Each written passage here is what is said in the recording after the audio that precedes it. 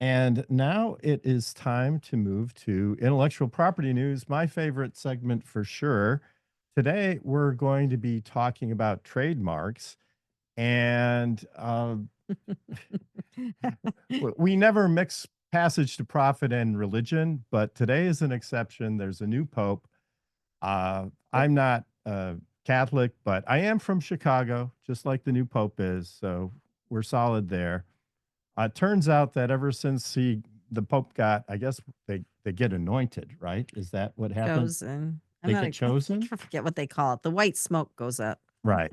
So So that's happened, right? And we have Pope Leo now. And as soon as that happened, of course, the capitalists came out of the woodwork and decided to start filing trademark applications on the Pope, right? like So, the so bears, the pope. well, yeah, obviously. I mean, for those of you who remember, Saturday Night Live was a big hit, and they had a skit about the Bears, and it sort of became the it sort of became the sound of Chicago. So anytime anybody Right. thinks of Chicago, they think of The the bears. Bears or the pizza or whatever. So now it's the Pope, and so people have been filing trademark applications, mostly for apparel, um, to uh, to protect their interest in this. Um, the funny thing is that I'm not really sure any of those applications will be granted, because in order to trademark the name of somebody, not yourself, you have to get written consent. I'm not seeing the But Pope that's not his giving name. written consent. That's not actually his name. His name is Pope Leo. So Well, and see, therein lies the interesting twist in this because is if it can be directed to a person, even if it's not that person's name, if it can be associated with them, then you still need to get that consent. you think So, he'll give but his that's a good consent? argument. Yeah. I mean, I think that if the people are serious about this, they should make that because it's not a person's name; it's a title, But don't right? you think that he'd give his consent anyways? Because it's said with affection and it just like it's good branding, right? Right? I know the Pope's got nothing else to do than sign consent letters for people he doesn't know in the US to get trademark applications granted. He has an assistant do it.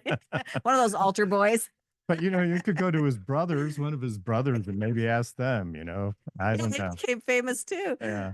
After So this. anyway, so that's the situation. I'm gonna put this to the panel and ask, what do you think about this? Is it right? Is it wrong? Is it are these people going to heaven or to hell for trying to trademark the Pope's name? We don't know.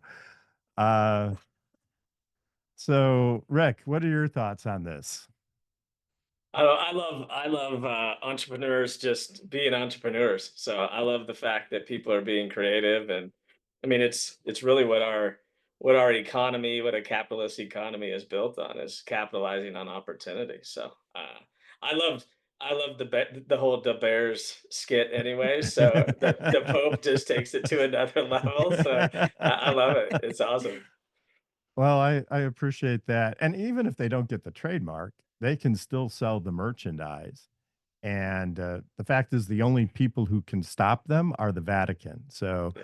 uh, I guess they would be sort of the owners of the Pope's likeness. But I will say Da Pope was not the first thing that sprang to my mind when he was chosen.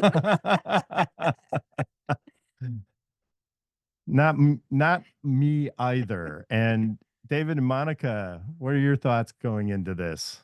I say I love it. It's the hustle. You got to have that hustle. So why not? Why not?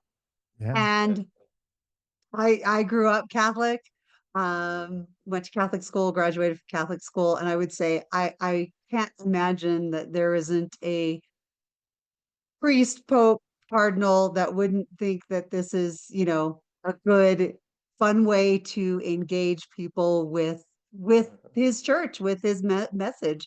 It's it's kind of fun. I mean, and you got to have a little fun with it. He's a younger pope. I can't imagine that it wouldn't be like I'd be like, sure, stamp of approval.